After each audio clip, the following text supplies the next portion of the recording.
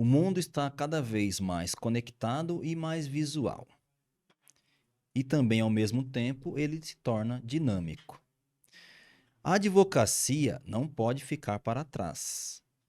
É por isso que o Visual Law e o Legal Design estão ganhando tanto espaço no mercado jurídico.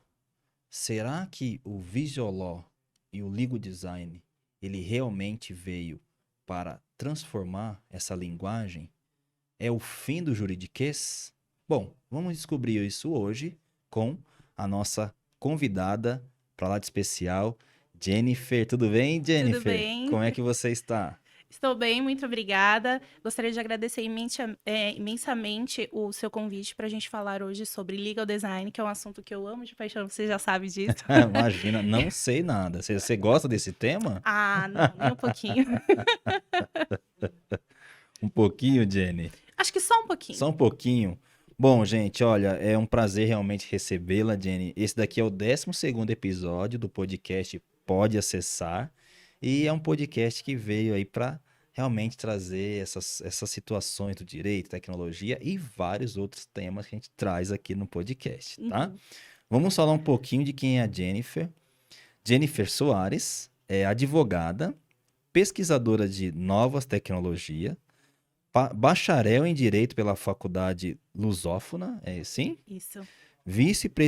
Presidente da Comissão de Inovação e Novas Tecnologias da Subseção OAB Cotia, pós-graduada em Direito Digital e Processo Penal, MBA em Liderança e Gestão de Pessoas e é coautora do livro Direito e Metaverso, Desafios e Oportunidades. Tem mais alguma coisa? Tem, sim. Além dessa pequena biografia, agora eu sou legal designer e também UX designer.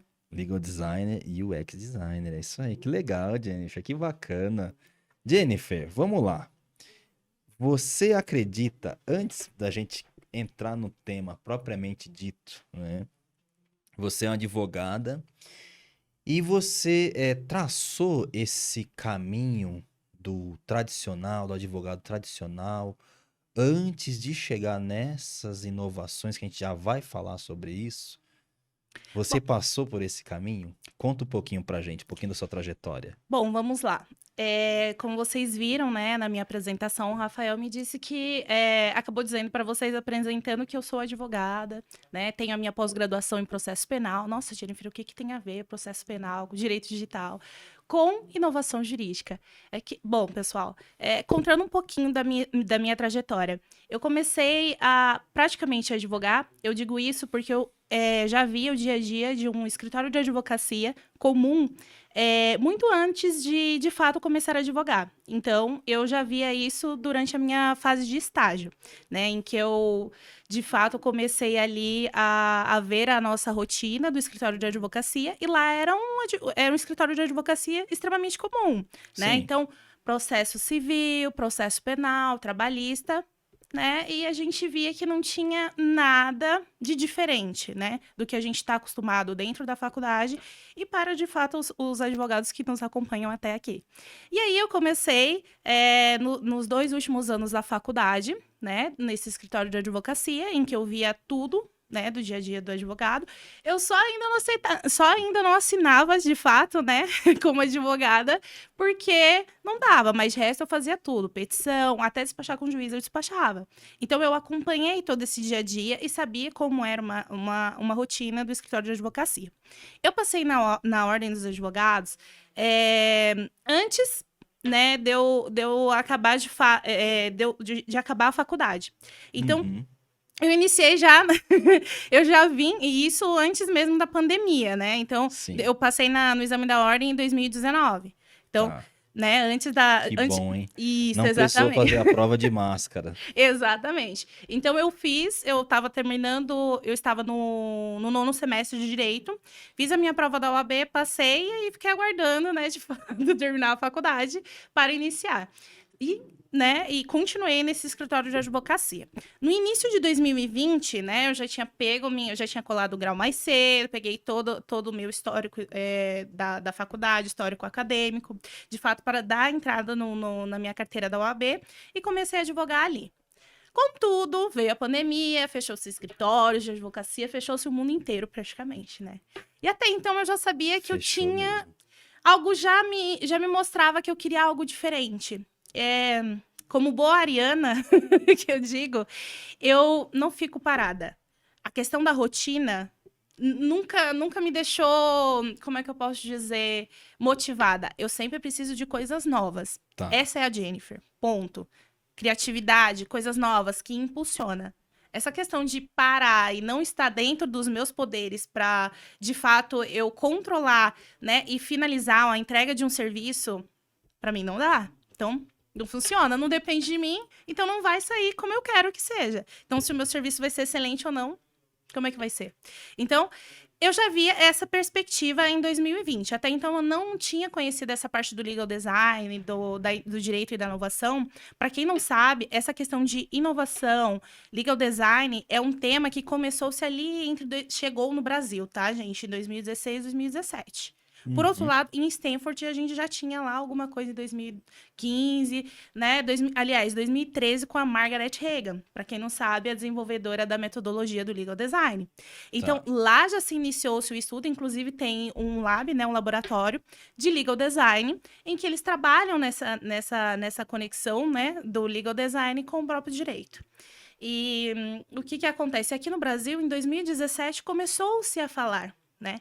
E profissionais daquela época, quando se falava em questão, nossa, que é isso? Elementos visuais em petição, em contratos, vamos baixar o juridiquês. Era uma completa, como é que eu posso dizer? Era Utopia? utopia, e vou arrumar briga com o restante dos advogados, né? Sim, Porque isso não existe, você tá maluco, sim. né? Então, várias pessoas que trabalham nesse nicho de inovação, quando falava dessa questão, cara, esse cara é louco, maluco. Né? Isso não existe. Então, isso se iniciou em 2017. 2017 eu ainda estava na faculdade, então não Você sabia não de tá. nada disso. Você nem tava Não, olhando não estava nem pro. olhando para essa questão. Mas, Jennifer, assim, antes de você avançar, o que te incomodou, assim, né? Pra você falar, poxa, isso aqui não é realmente algo que eu quero. O que? Foi a burocracia? O que te incomodou pra você buscar uma área diferente? O que me incomodou no direito tradicional e que me fez mudar a visão? A questão de que o cliente ele não era ouvido. Linguagem extremamente carregada e pesada, até para nós que somos do meio jurídico. E essa questão de que nós não podíamos passar de uma determinada linha. Eu sei que que foi contratada para atuar na solução de um problema jurídico para o meu cliente, eu tenho que trazer uma certa qualidade no serviço, eu preciso me posicionar e preciso também estar sob posse, né, Aliás, eu preciso fazer uma estratégia que, de fato, aborde uma solução como o cliente precisa. Eu Sim. preciso entregar o que ele de fato ele quer. Ele me contratou para ter uma finalidade. E eu observava que durante esses 2 anos, antes de fato conhecer esse mundo do legal design, que nós não tínhamos total controle sobre o judiciário. Aí já começou essa primeira questão. Tá. A gente não tinha uma questão de entrega de qualidade de serviço, de prestação de serviços jurídicos para o nosso cliente, porque a decisão ela não dependia da gente e muitas das vezes a gente não conseguia solucionar o problema do cliente de forma eficiente. Então, aí já começou a me trazer aquela pulguinha atrás da orelha. Olha, a decisão não depende de mim. O meu cliente, muitas das vezes, ele nem sequer entende isso, porque eu não sei me comunicar da forma que precisa e passar para ele o que de fato está acontecendo ali. E também não havia muito interesse da parte do advogado em passar para o cliente dessa forma. Que o cliente entendesse. Que o cliente entendesse o que estava acontecendo ali dentro do processo dele. E aí você vai me dizer assim, Jennifer, mas como assim? Mas será que eu tenho que explicar exatamente tudo para o meu cliente? Não estou querendo dizer que você tem que dar uma aula de direito para o seu cliente. Não é isso. Eu quero te dizer que é o seguinte, que você como advogado, você tem total capacidade de muitas das vezes resolver o problema do seu cliente de forma eficiente, de forma extrajudicial, com uma consultoria, com uma forma de fato intelectual. Você foi contratado para ser um pensador de forma jurídica, para resolver conflitos jurídicos. Você não precisa necessariamente do judiciário. Se eu estou falando de uma causa trabalhista, em que de fato, olha, eu já tentei entrar em contato com aquela empresa, eu sou advogada pelo reclamante. Tentei entrar em contato com essa empresa para tentar resolver. Não deu certo. Poxa, infelizmente não tem jeito. Eu vou entrar com uma ação. Agora, se de fato eu nem tentei a via extrajudicial, que é uma solução que vai trazer com o meu cliente, vai trazer um benefício muito eficaz para o meu cliente, porque querendo ou não, você vai resolver e não vai demorar anos, porque eu vou ser bem sincera. Eu não sei se você sabe, mas por uma pesquisa do CNJ, o Brasil, né, o nosso país, ele está no rol Que mais do judiciário judicializa. exatamente. É o país, É né, o país que mais judicializa. judicializa. Sabe quantos processos a gente recebe, o nosso judiciário ele recebe por ano?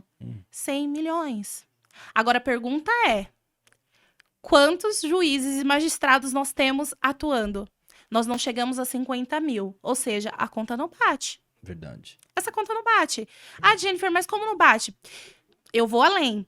Se nós pegarmos esse número de processos, 100 milhões de processos, certo? 100 milhões de processos por magistrados, que hoje estão de posse desse cargo, no mínimo, esse juiz ele consegue analisar 1.794 processos por ano. Quer dizer, e o restante? Vai ficar emperrado. Vai ficar emperrado. Quer um exemplo disso? Aquele processo da Princesa Isabel, daquela reintegração de posse. Verdade. Saiu esses dias. Saiu esses dias, praticamente. Se eu não me engano, foi em 2021? Acho que 2022? Foi 2022. 2022, né? Então, nós temos exatamente esse problema. Então, nós temos um judiciário carregado, muitas das vezes nós temos também um problema de legislação que são de leis inaplicáveis. Um exemplo disso, tem até uma amiga minha, uma colega, que ela atua com direito digital, né? Ela é presidente da comissão de direito digital da OAB de Minas Gerais, em que ela fala muito sobre isso. Aquela lei da Carolina Dickmann, ela muitas das vezes ela é inaplicável. Sim. Essa lei Carolina Dickmann, ela inclusive instituiu o artigo 139A, salvo engano, né, que é a invasão do dispositivo informático, né? Então, penalizou isso, né? Trouxe isso para o Código Penal, a Lei Carolina Dickmann. E você acha que essa judicialização que ocorre no nosso país, se a gente olhar para o consumidor, que é o elo fraco da corrente, Exato. né? O consumidor ele é tão elo fraco da corrente que se você olhar para a Lei Geral de Proteção de Dados, para a LGPD, ela olha muito para o titular do dado. Quem que é o titular do dado? O consumidor. O consumidor. Né? Sou eu, é você, ele, é o Igor que está ali, né? Comandando essa nave. Igor, abração, esqueci de cumprimentar o Igor. Abração, Igor, é nóis. Olha, você acha, Jenny, que isso se dá porque esse consumidor, como você bem disse, poxa, eu não sei me comunicar com o meu cliente. Você acha que muita coisa ele assina sem nem sequer entender? Com toda certeza. E por que eu digo isso? Vamos pegar, já que a gente está falando de direito do consumidor, contrato de adesão, cartão de crédito, que mais a gente gosta, fala a verdade. Quem não gosta de cartão de crédito, não é verdade? Meu marido que o diga. Ele gosta? Você, não, né? eu sei, gosto. Entendi. Mas, assim, eu digo o seguinte, gente, quando a gente lê o cartão de crédito, eu vou além, eu vou trazer um exemplo bem corriqueiro. Vou até mandar um beijo aqui pra minha sogra, que eu vou usar um exemplo dela. Olha só que interessante. Vai mandar um beijo depois. Eu vou mandar um beijo, dona Tereza, um beijo de coração. Vai criticar a sogra quando Não, assim. imagina, não. Eu vou dar um exemplo dela, porque eu meio que atuei como advogada e, né, eu gostaria de dar um exemplo justamente por causa disso. Olha só, gente. Vamos prestar atenção aqui. A minha sogra, ela assinou um cartão de crédito, que eu não vou falar, não dar spoiler aqui também, senão daqui a pouco a gente tá recebendo processo em cima. Bom, enfim, um determinado, um determinado cartão de crédito, e há muito tempo ela sempre usou. Assinou o contrato de adesão e, se eu não me engano, desde 2012, ou seja, 10 anos. E aí, nunca ocorreu a situação, por exemplo, de deixar passar, né? Por exemplo, ela efetuava o pagamento, e aí, antes de fechar a fatura do próximo mês, ela sempre pagava a fatura do cartão de crédito. Só que ocorreu que um desses meses, infelizmente, ela deixou de pagar antes da fatura antes de fechar o cartão. Entrou naquele chamado de juros rotativos. Rotativo. Ela pagou antes de fechar. Tá. Exatamente. Aliás, ela não pagou. Ela pagou Ela depois. Pagou depois. Exatamente. A questão é que, olha só que interessante. No contrato que supostamente ela tinha assinado, primeiro que ela não sabia o que era juros rotativos. E você que está nos assistindo hoje e que tem um cartão de crédito e nunca parou para olhar no seu contrato de adesão, depois olha. O que é o juros rotativo? O juros rotativo é justamente aqueles juros que ele ocorre a partir do momento que você não pagou aquela fatura que você deveria pagar até o vencimento do próximo, aliás, até o fechamento fatura. Da próxima fatura. E aí o que acontece? Esse juros é totalmente alto. Ele é muito alto. Sim. Aliás. É um dos maiores junto com o cheque especial. Exatamente. E que não basta. E olha só que interessante. Como se não bastasse, eles ainda fizeram a questão de uma parcela, como que chama o nome? Uma parcela automática, uma espécie de parcela automática nesse contrato de adesão. Então, automaticamente, eles dividiram todos aqueles juros, mais aquele valor da parcela, mais todo aqueles juros em si, e dividiram em 24 vezes. É o que é? Um carro ou uma parcela de cartão de crédito? E não era um valor absurdo. Que se transformou depois. Isso quer dizer, depois se transformou. E foi incluído na fatura dela, na fatura do cartão de crédito dela. Sem que ela nem sequer tivesse conhecimento disso. A questão e o ponto-chave é... Isso estava previsto no contrato Isso estava previsto no contrato de adesão? Estava. Mas qual que é o princípio-chave do contrato aliás, o princípio-chave do direito do consumidor? A informação. Né? Então, é aquilo que eu falei. Este exemplo é para a gente ver como nós estamos expostos a uma comunicação que nós não entendemos. Nós, lógico, é aquilo que eu falei, cartão de crédito. Quem é que não quer ter um cartão de crédito, gente? Eu vi o valor ali e falei, nossa, eu vou assinar qualquer coisa. 10 mil, 15 mil, 20 mil, 30 mil. A questão é que, e depois? Se você nem sequer entendeu.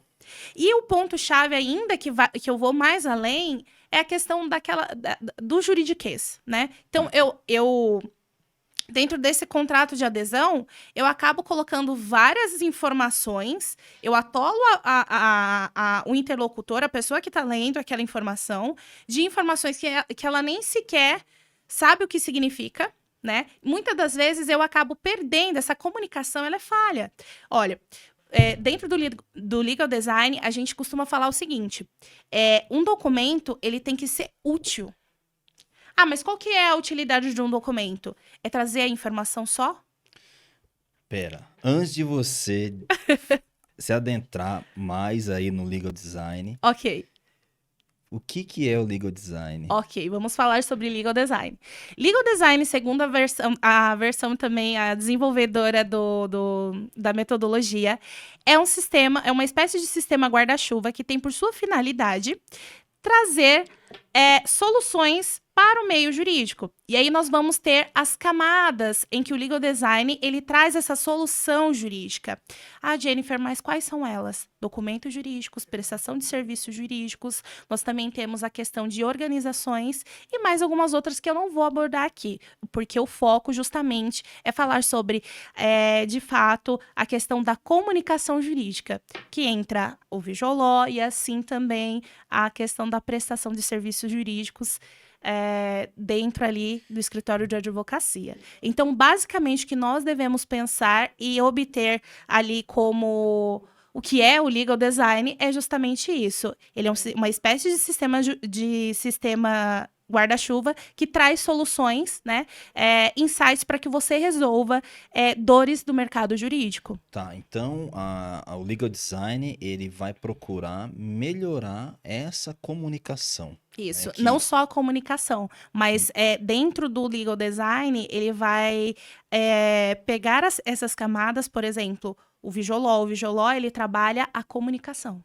né? tá, então o Visual Law Ele trabalha a é uma comunicação jurídica. subcamada do legal design, é correto dizer Isso, desse modo? exatamente, exatamente. Tá, então o que é o como o legal design, porque ele é muito conectado também ao design think, não é? Exato. Como que você vai pensar esse design para agradar aquela pessoa que está lendo, agradar aí, nem Uhum, sei se é a palavra correta, mas aham, sigamos assim. É, como a gente pega uma área, uma profissão uhum, que é uma das mais antigas da nossa sociedade, né, que é a profissão do advogado, e transforma em algo que muitos até dizem que tem muito marketing em cima disso. uhum. Como aplicar isso de maneira que, sem perder aquela essencialidade do Do direito, direito. a seriedade? Será que o legal design, quando eu aplico o legal design, quando eu pego princípios ali, é, alguns pontos mais importantes, né? Porque o legal design ele vai extrair os pontos mais importantes de um contrato, né? Exatamente. Será que eu estou destoando daquilo que o advogado aprendeu na faculdade, que é escrever muito, por isso ele lê muito? Porque para explicar Extremamente um intelectual, eu extremamente preciso. intelectual, eu vou trazer para um contrato, às vezes, dependendo para uma peça, a citação de uma doutrina, né, uma jurisprudência, para falar de um assunto. Uhum. Como eu faço isso? Será que o legal design não vai transformar os advogados? Não vai trazer uma superficialidade? Uhum, perfeito, excelente. Aliás, é uma das principais dúvidas de quando a gente fala sobre legal design. E principalmente quando eu dou a minha mentoria e os meus treinamentos quando a gente fala sobre legal design Ó, e eu já visual fiz law. a mentoria. Eu espero que tenha gostado. Mas Gostei. olha só que interessante. Vamos pensar em duas vertentes. Primeiro, a questão do direito, né, de como nós vemos dentro da faculdade, e a questão vista pelo mundo do legal design. E por que que elas se completam? E por que que não torna superficial? Na realidade, o legal design, ele é uma espécie de ferramenta, e eu adoro falar sobre isso, encaixar sobre isso, que o legal design, ele é uma ferramenta que aproxima o ser humano comum de um profissional da área jurídica. Ah, Jennifer, mas por que isso? Porque Um nós... homem médio, De um homem como é médio. dito. Gente, Exatamente. abre aspas, isso é dito na faculdade de Direito, tá? Exatamente. Exatamente. Nós temos que ser intelectuais?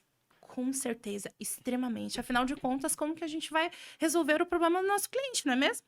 A questão é o seguinte, vamos lá. Vamos voltar lá no princípio da faculdade, né? Quando eu começo a falar sobre essa questão de legal design, muitos me perguntam, né? Ah, mas será que você não está sendo superficial demais? Olha, em uma das mentorias, até teve um mentorando que me falou assim... Ah, será que o Visual Law, ele não é uma toquetização? Eu até brinco com ele, porque será que... Eu achei muito interessante a definição que ele utilizou. Será que é uma toquetização do direito? Não, não é. E por quê? Vamos lá. O primeiro princípio, quando a gente chega na faculdade de Direito, o Dr. Rafael sabe, porque ele também é advogado, é o seguinte. Qual que é o primeiro princípio que a gente aprende? O direito, ele foi feito para o ser humano. Para o ser humano, né? Então, ele tem que acompanhar a evolução do ser humano. Ah, Jennifer, mas como assim? Olha, veja bem. O direito é uma... eu vou utilizar exatamente a palavra que o Dr. Rafael falou aqui. É uma das profissões mais antigas do mundo. Então, antigamente, né?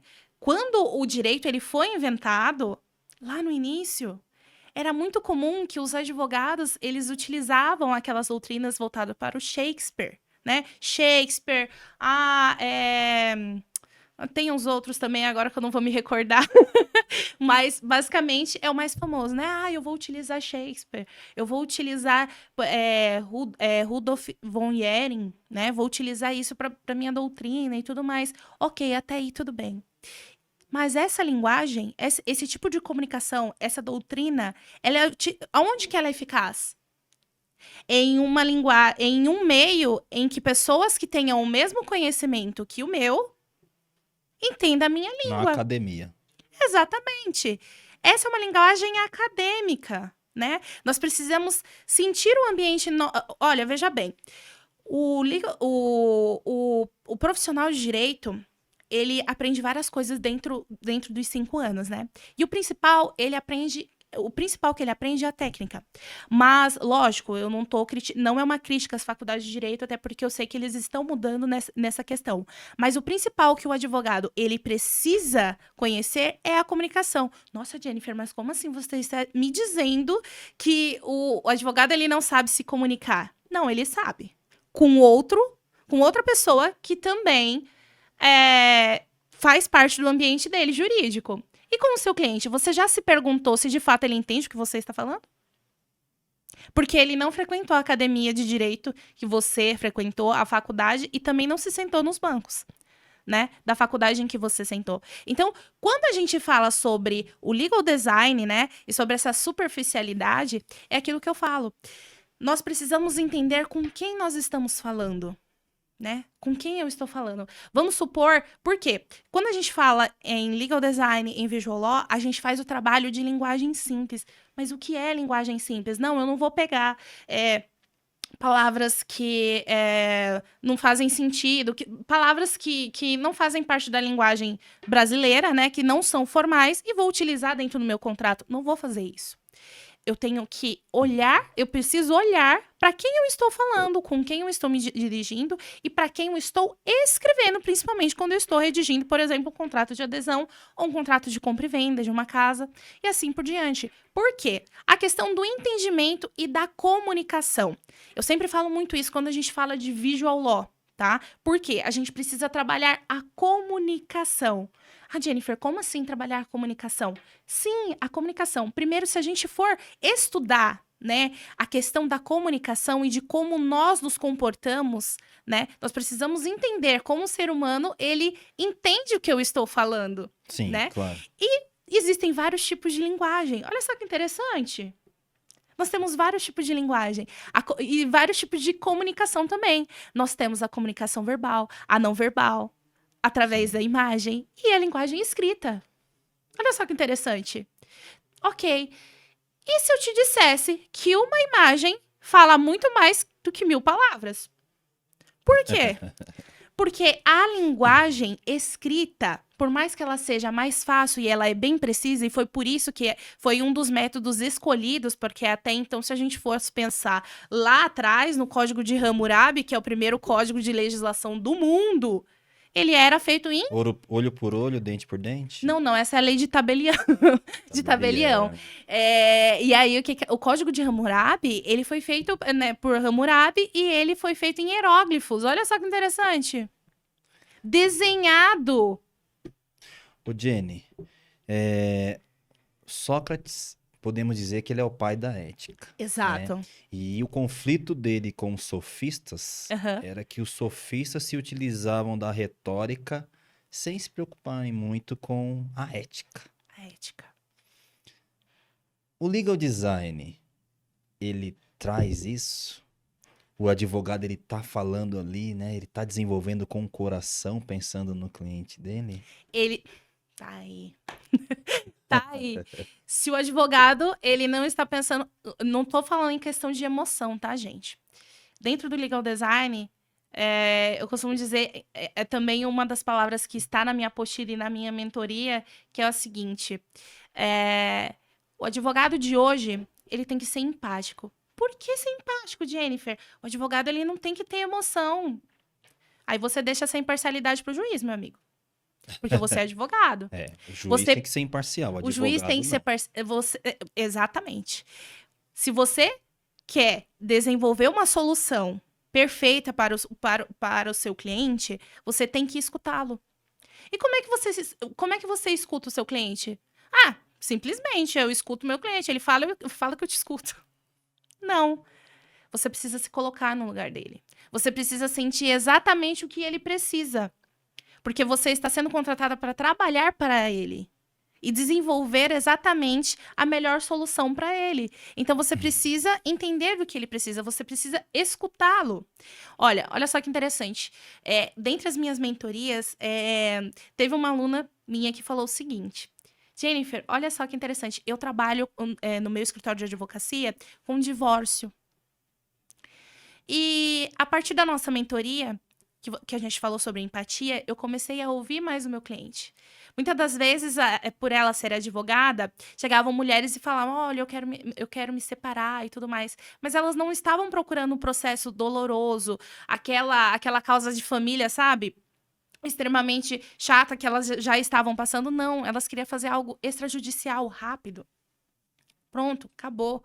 Ou muitas das vezes não queria depender do próprio judiciário, até porque o judiciário a gente sabe que a gente vai ter que relembrar das dores até quando aquele processo finalizar. verdade. É outro trauma, né? É outro Divórcio não é trauma. fácil. Ainda Divórcio não é você fácil. passa por uma judicialização, né?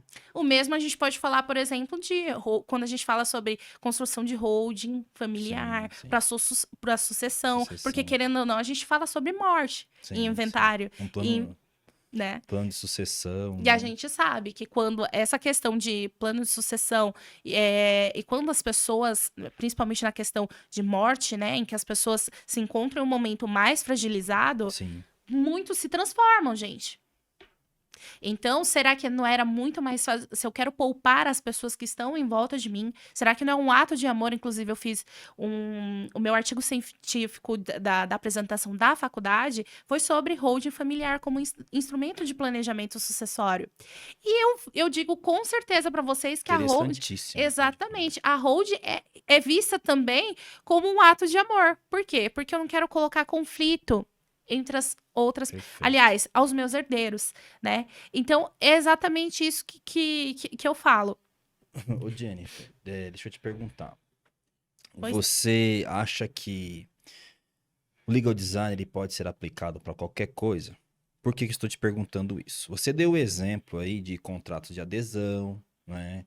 Onde isso vai direto para o consumidor, contrato de compra e venda, essas coisas que é o consumidor, é a outra parte que vai ler. Uhum. Mas e no caso de uma peça processual, em que vai ser um juiz que vai analisar um recurso, né, qualquer medida judicial, Uhum. o legal design, ele pode ser aplicado e, se ele pode ser aplicado, ele já é aceito? Ah, com certeza. Um ponto muito interessante. Inclusive, é uma questão que eu abordo muito nas minhas mentorias, que é justamente essa questão da petição, como ela é feita, né? E aí eles falam, não, mas espera aí, se você tem que ouvir o cliente, né? Você está redigindo, você precisa escutar. Muitas das vezes, ó, vou explicar, né? De um aspecto de um ponto extrajudicial para o ponto judicial, que é justamente a gente fazer uma petição, né? Um processual. Então a gente sabe que do outro lado, quem irá nos ouvir, quem vai ler a nossa peça é um juiz, ok? E do outro lado, se eu estou fazendo, por outro lado, né, se eu estou elaborando um contrato, quem é o meu público-alvo? O consumidor, é uma pessoa leiga. Então eu já tenho que modificar a minha linguagem, né? Então, quando a Sim. gente fala no consumidor, quando a gente fala no contrato em si, né, a gente está falando sobre pessoas leigas e aí a gente tem uma outra finalidade. Agora, e aí, né, no caso, temos dentro dessa metodologia, é simplesmente de você ouvir, você testar também, né? Pegar aquele contrato que você pegou, que você redigiu e levar para aquela pessoa, pessoas que de fato vão ler e você testar se aquela linguagem ela é acessível para todos. Esse é o primeiro ponto. Agora, voltando para o judiciário, como é que a gente faz isso? Eu vou ter que pegar minha petição, vou redigir, vou levar lá no fórum para depois protocolar? Não, não é assim que vai ser feito. Mas olha só que interessante.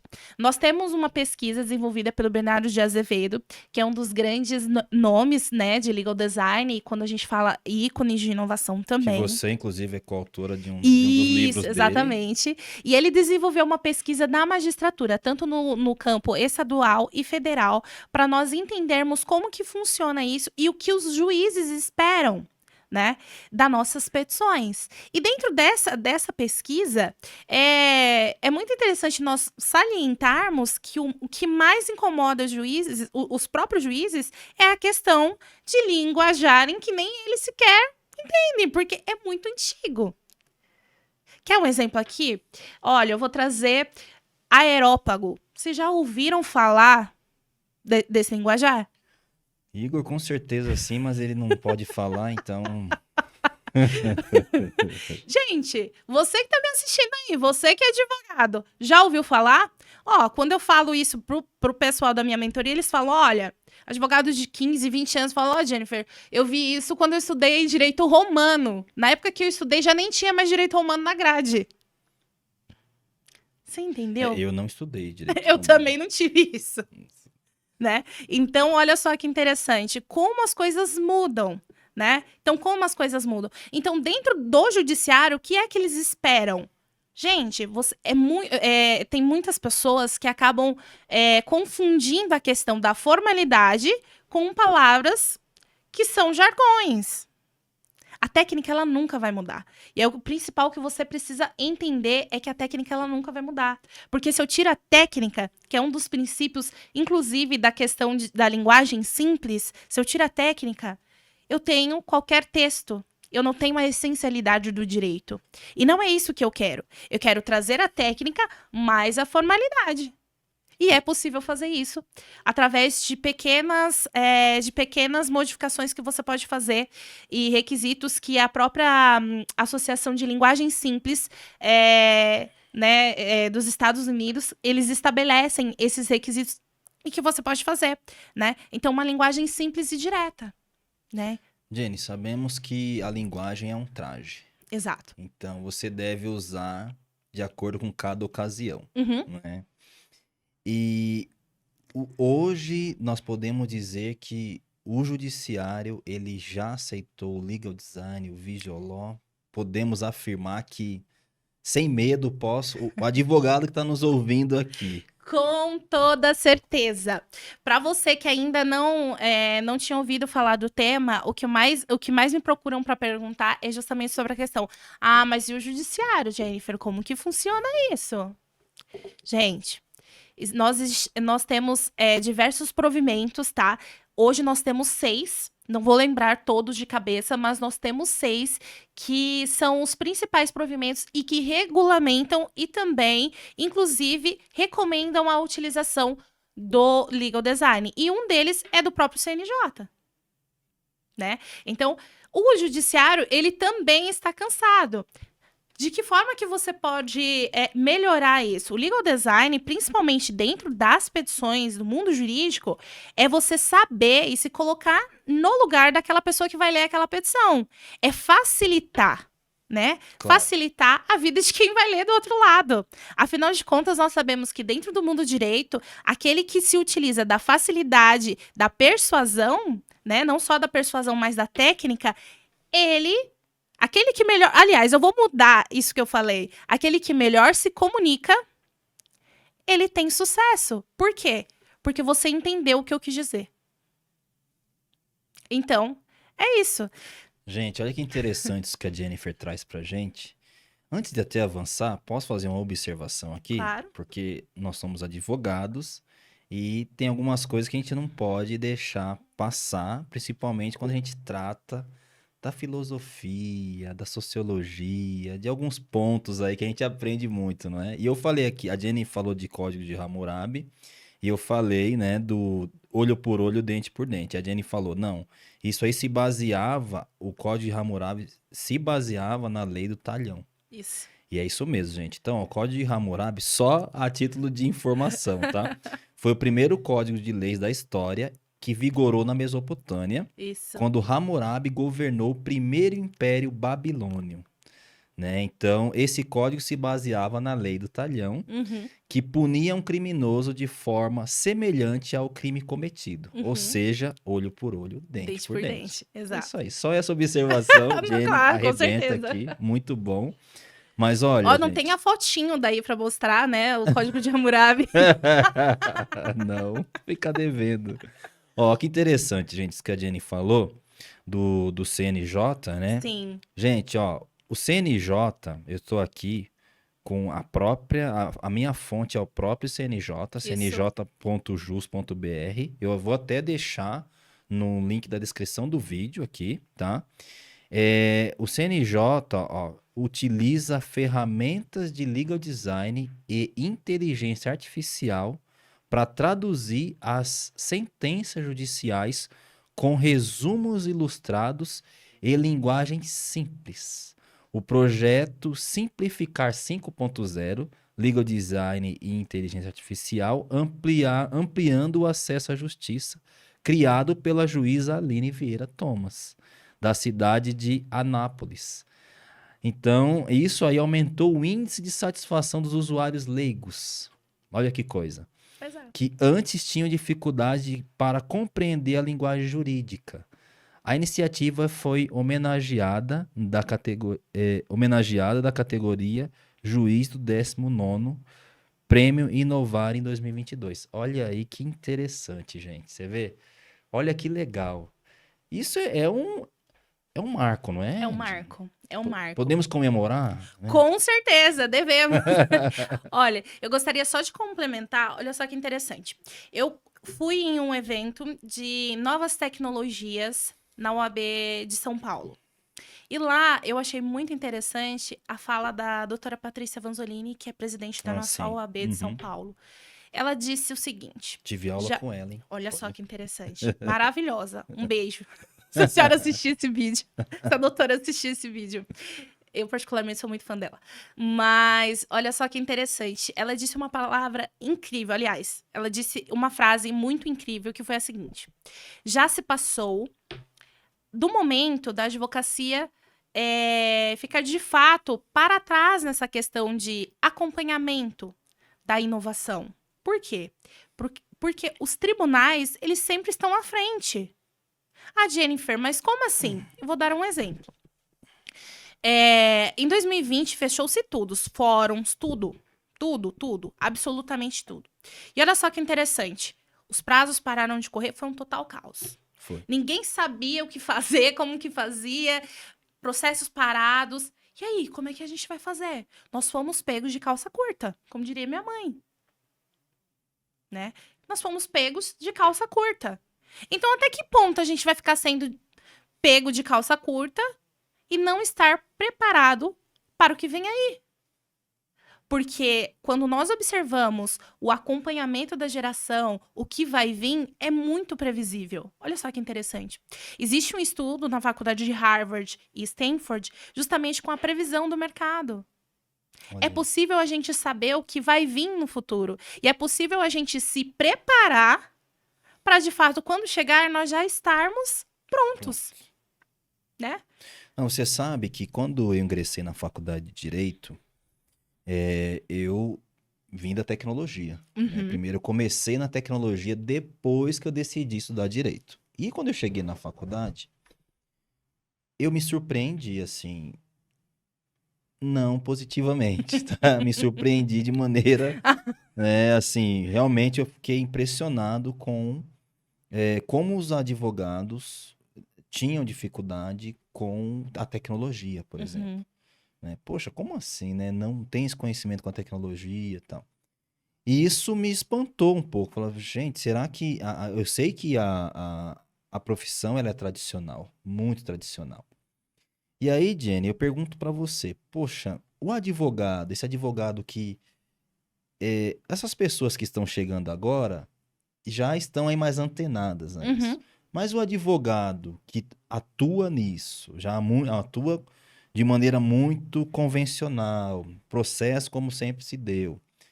Esse advogado, ele precisa ter um conhecimento, domínio de ferramentas, de software, para poder conseguir trabalhar, desenvolver essa habilidade? Isso não é um obstáculo para esse advogado? Olha, eu vou dizer exatamente o que eu digo para todos que chegam, que chegam até a mim e falam o seguinte: Jennifer, e agora? Será que eu vou ter que aprender Visual Law? Será que eu vou ter, vou ter que mexer com a tecnologia?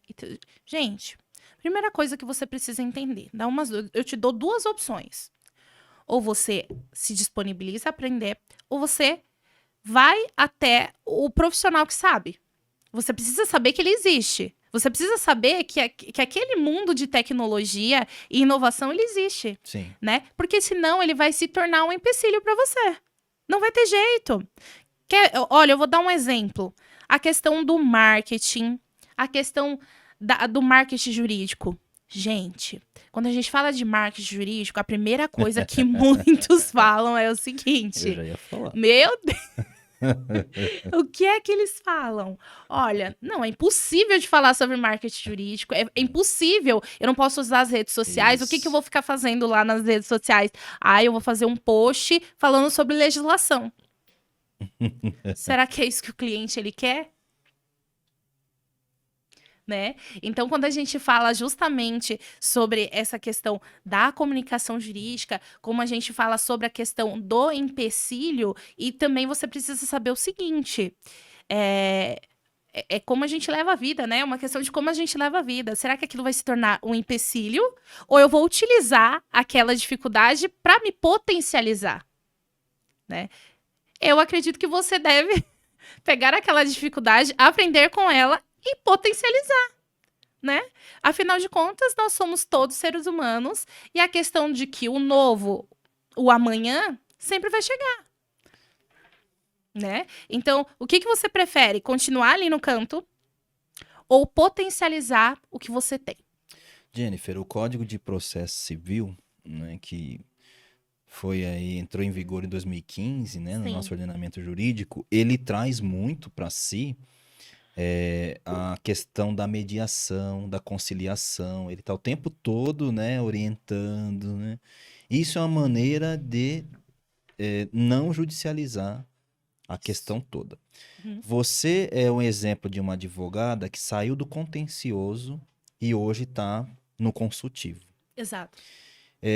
Eu tenho alguns professores, tive aula com alguns professores, que eles diziam que a tendência é essa, né? Que a tendência é judicializar menos e você ser mais um advogado no consultivo, para evitar que isso chegue até o judiciário, né? Você acha que o legal design ele pode ser uma ferramenta essencial para isso? Posso ser sincera? Eu acredito que sim. E por quê, Jennifer? Olha, veja bem. Vou dar um exemplo do consumidor. E também em um exemplo que eu vi em um evento que eu fui sobre inovação jurídica, o Future Law Awards, isso no começo do ano também. E lá, nós tivemos um exemplo de contrato de adesão da MRV. É uma das maiores construtoras, né? Sim, sim. E olha só que interessante. Lá estava presente não só quem desenvolveu, que foi, se eu não me engano, foi o Rui Caminha, que é um importante legal designer. E foi o desenvolvedor do projeto e também o dono da própria MRV, representando. E o que foi que ele disse? Olha, gente, esse contrato de adesão, ele foi muito crucial pra gente. Mas por quê? Né? Todo mundo ali espantado. Foi um evento muito grande. E aí eles falavam assim: nossa, mas por quê? Porque é o seguinte: ninguém que tem um negócio, o seu próprio negócio, né? Eu vou levar justamente para esse lado porque a gente está falando sobre código do consumidor. O que é que qual é o principal qual é o principal problema que pode destruir a sua empresa hoje, por exemplo? Um dos principais problemas. Uma má administração e também o quê? Passivo, gente. Passivo. Problema com justiça. Sim. 1, 2, 3, principalmente contrato do consumidor. Quantas demandas do direito do consumidor a gente não tem por aí? Você pode pegar Renner, pode pegar Atacadão.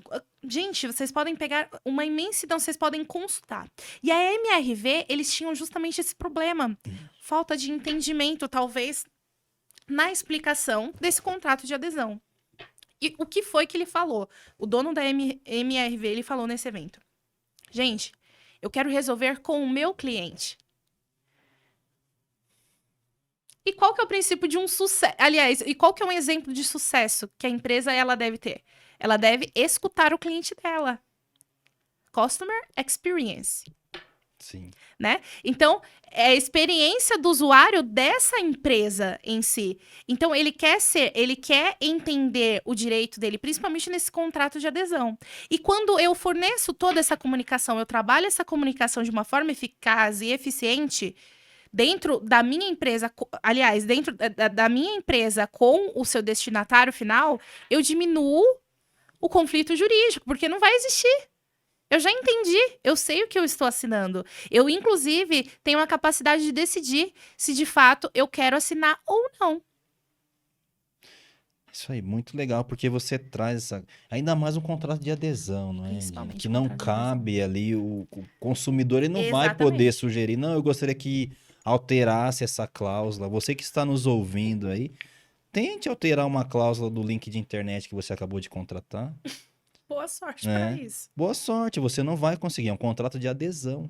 Então é muito importante que esse contrato ele seja o mais transparente, o mais cristalino possível, não é mesmo, Jenny? Exatamente. E vai mais além ainda. É de um princípio também. Hoje, o que está em pauta? O que o mercado quer e precisa? Transparência. E um desses princípios é a questão do ESG, que a gente fala, SG. né? Ambiental, social e governamental. Então, quando a gente fala de governança corporativa, social, do âmbito social, tudo que uma empresa precisa é exatamente essa questão. É você ser transparente e você também, de forma social, considerar a pessoa, aliás, o principal consumidor do seu produto. Então, Sim. se você não trata ele ali de uma forma jurídica, é importante falar, não, eu só quero vender, assina aí, ó, pode assinar, viu? Assina aí, eu vou colocar em letrinhas bem pequenininhas para que a pessoa literalmente não entenda. Quando ela vir, ela já assinou. Será que esses clientes, porque foi justamente uma das estratégias da MRV, será que esse cliente ele vai voltar para mim? Não vai, gente. Olha só que interessante. O designer da Google, ele fala exatamente o seguinte: que nós precisamos levar em consideração aquela pessoa que nós estamos. Aliás, aquele cliente, né? Aquele cliente da sua empresa, por exemplo. Você tem que levar em consideração o que aquele consumidor da sua prestação, aquele consumidor do seu produto ou da sua prestação de serviço, o que ele quer. Sim. Então, quando você oferece segurança de um negócio jurídico, você potencializa o seu negócio porque ele vai voltar. E é principalmente uma questão de recorrência. Quando você ativa essa questão da recorrência, é algo. Quando eu falo de recorrência, é o cliente ele pegar e voltar e comprar de novo com você, comprar o seu produto ou consumir a sua prestação de serviço. Se ele não volta e não te indica, tem alguma coisa de errado aí. Muito bem, olha só, uma aula, hein, Jenny? Que legal, hein? Que bacana. Você sabe que trazendo a questão do legal design, visual law, né? Eu que sou especialista em LGPD, isso me chamou muito a atenção, né? Uhum, Porque a LGPD, eu sempre digo, Jenny, que ela é o Código de Defesa do Consumidor 4.0, uhum. né? Então, é importante que isso venha com essa transparência, principalmente um termo de consentimento, né? Exatamente. Onde você aí que gosta de dar CPF para os estabelecimentos, eu não vou falar disso, Jenny, fica tranquila, não vou te colocar nessa.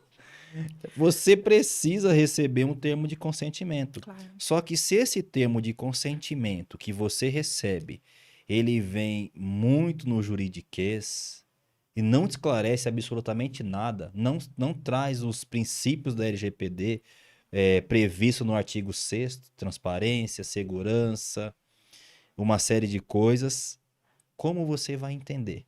Você Verdade. vai assinar algo e vai sair de lá sem entender. Não... Pensa isso desenvolvido com um legal design, um visual law. Não é interessante? Com certeza. Tudo isso é para trazer essa clareza para o titular de dado, para o consumidor, e melhorar tudo isso. Eu fiquei assim, eu fico muito feliz de ver algo acontecendo aqui como esse fato do CNJ, de usar o legal design e a IA, né, para atuar nisso. Nossa, é revolução. Eu fico muito feliz. Eu sou de tecnologia, sou do direito e ligo as duas coisas. Então, eu fico realmente muito feliz. Jenny, a gente está quase chegando no finalzinho aqui do Ah, nosso episódio. Eu queria que você desse aí uma recomendação, uma orientação, melhor dizendo, ok. para aquelas pessoas que estão estudando direito ou para quem já é advogado, mas quer ter um contato com isso. Uhum, O que que essa pessoa pode fazer? tá. Primeiro ponto, contraste minha mentoria. Não, brincadeira. Isso aí. Não, brincadeiras à parte, pessoal. Primeiro, vocês têm que trabalhar a visão de vocês. A gente tem que levar em consideração. Olha, eu vou trazer um exemplo bem prático. O que que eu começo? Eu começo brincando com o pessoal que eu levo o treinamento no escritório de advocacia. Eu falo justamente o seguinte: primeira coisa, gente, vamos brincar? Todo mundo já me olha assim. Brincar? Como assim Você tá brincar? achando que isso aqui é Tá achando brincadeira? que isso daqui é brincadeira? Olha só. Qual que é o significado da palavra brincar? Brincar é você fazer algo sem esperar que de fato aquilo dê algum resultado. Você não coloca uma expectativa sobre aquilo. Então, quando eu falo, e dentro do direito nós somos muito rígidos com aquilo, Sim. né? Com Uhum. todas as suas questões. Mas, nossa, Jennifer, você está querendo dizer que para eu brincar com a causa do cliente? Não, não estou querendo dizer isso. Eu estou querendo fazer com que você, eu estou querendo dizer que você tem que olhar e abrir o leque. Abra o leque, né? Se permita errar e se permita acertar, né? E se permita também procurar novas saídas, ferramentas. Pega aquela caixinha que nos é colocada dentro da faculdade de Direito e abre ela. E veja o que tem aí fora. Porque nós estamos abertos a um mundo de possibilidades. É igual eu havia dito, em 2017 ninguém falava sobre legal design e visual law. Em apenas 3 anos, até o CNJ está recomendando, Pois é. né? É algo realmente necessário, É né? algo realmente necessário. E é aquilo, com a tecnologia, e o Rafael sabe o Dr. Rafael sabe disso, porque ele já é um profissional da tecnologia, qual que é a tendência do ser humano? Potencializar. Sim. Potencializar. Olha a IA aí, né? Olha, Iá, eu sou de 1997, eu tenho 26 anos. E mesmo assim, por mais que eu goste de tecnologia, se eu pegar um bebê que já nasce aí um bebê que já nasce, ele já nasce grudado com o celular. Não, eu tô dando risada porque o Igor olhou pra minha cara. Quando você falou, eu sou de 1997. Tipo, ele olhou, você é o bem mais velho do que todo mundo dessas. Eu sou de 1998, Igor. Não entendi porque que você olhou assim pra mim. Ele olhou pra mim, cara, olha só. Olha, você sofre preconceito até aqui. Bom, pois é, o que você tá falando, a gente tá falando dos imigrantes digitais e dos nativos digitais. Exato. Ele já nasce com a tecnologia em mãos. Ele já nasce com a tecnologia em mãos. Então, um bebê que vai nascer hoje, nossa, ele dá um pau em mim, com 26 anos, né? E por mais que eu seja nova. Então, o que que a gente tem que levar em consideração? Você que é advogado, tá assistindo esse podcast aqui, abra a caixa e veja o que tem lá fora. Conta um pouco da sua mentoria, como que a pessoa faz, como que as pessoas que estão nos ouvindo faz para te contatar, para fazer sua mentoria. Fala um pouquinho dela pra gente. Então, a minha mentoria, eu tenho 2 mentorias. Uma voltada para a inovação, né? Então, a inovação Mundo Jurídico 5.0, em que eu vou abordar os principais impactos, né, que o direito ele sofreu, né? E te pôr a par da situação, né? Oi, bom dia. Aliás, não é só o legal design, mas eu te apresento a junção do que é o direito e a inovação. Então, esse é o primeiro ponto. Isso serve para as pessoas entenderem e se situarem, né? Dentro do mundo jurídico. Olha, eu vou te apresentar esse novo mundo jurídico. E o outro, eu falo sobre, de fato, o legal design em específico voltado para o visual law, né? O visual law eu vou te ensinar a trabalhar a sua comunicação jurídica. Em específico, no quê? Nas petições e também, inclusive, em documentos extrajudiciais, né? Então, voltada para este ponto. Se você está interessado e gostaria de contratar não só o meu treinamento, né? Treinamento para você que é um escritório de grande porte, de pequeno porte ou médio porte, ou também a minha mentoria em específico, você pode estar acessando o meu Instagram, que é jennifersoares.legaldesigner, e inclusive aproveitar as dicas que eu estou soltando lá sobre direito, tecnologia, inovação e principalmente legal design. Gente, é isso aí. A mentoria é excelente, o treinamento também muito bom. E sigam a Jennifer, não é? Muito obrigada. Bom, ó, eu recomendo aqui, vou deixar uma recomendação do livro, que é o Direito e Metaverso. E já vou aproveitar para dizer que eu não tenho um exemplar ainda. A Jennifer ainda não trouxe o meu exemplar, tá? Eu tô esperando isso, já tem um pouquinho mais de um ano. Já tá na terceira impressão. Tá, então, mas o livro tá aí, compre, porque ele é muito bom e vai conectar você nesse mundo novo, Com né, certeza, do direito. exatamente. Bom, gente, Jennifer, muito obrigado pela sua presença, foi um imenso prazer, obrigado pela aula que você nos deu aqui, tá? A gente fica muito feliz e já deixa o convite para você voltar mais vezes, tá? Beleza? Rafael, eu que agradeço a oportunidade. Igor, muito obrigada pela oportunidade também de estar aqui. Gostaria de agradecer imensamente de estar aqui com você novamente como convidada, falando sobre um tema que você sabe que eu sou apaixonada, na verdade. Seus olhinhos nem brilham, viu? Nem Quando brilham. fala de legal design. E se deixasse, eu falaria 1, 2, 3 horas ou até o dia inteiro sobre legal design. Então, muito obrigada. Imagina. E assim, saiba que eu te admiro muito, né, como recíproco. profissional. Recíproco. Tá? Então, pessoal, continuem acessando e principalmente ativando o sininho da notificação aí, né? Vamos fazer o canal crescer. É isso mesmo, gente. Bom, esse foi o 12º episódio do podcast Pode Acessar e eu te vejo na próxima. Tchau!